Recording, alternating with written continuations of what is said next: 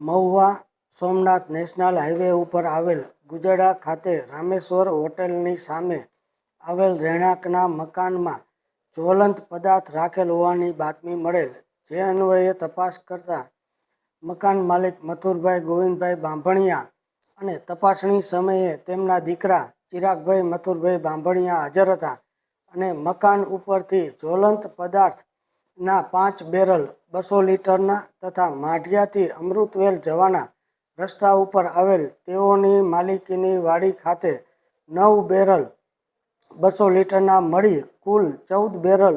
મળી આવેલ હતા, જેનો જથ્થો કુલ 2800 લીટર મળી આવેલ અને જેની કિંમત 2,55,000નો જથ્થો સીઝ કરી ધોરણસરની કાર્યવાહી કરવામાં આવેલ છે અને તે અંગેના આ જ્વલંત પદાર્થ કયા પ્રકારનું છે તે અંગેના ધોરણસરના નમૂના લઈ જિલ્લા પુરવઠા અધિકારી સાહેબ ભાવનગરને વિગતવાર અહેવાલ સાદર કરવામાં આવેલ છે. સીઝ કરવામાં આવેલ જથ્થો હાલ ગ્રામ્ય પોલીસ સ્ટેશન ખાતે રાખવામાં આવેલ છે.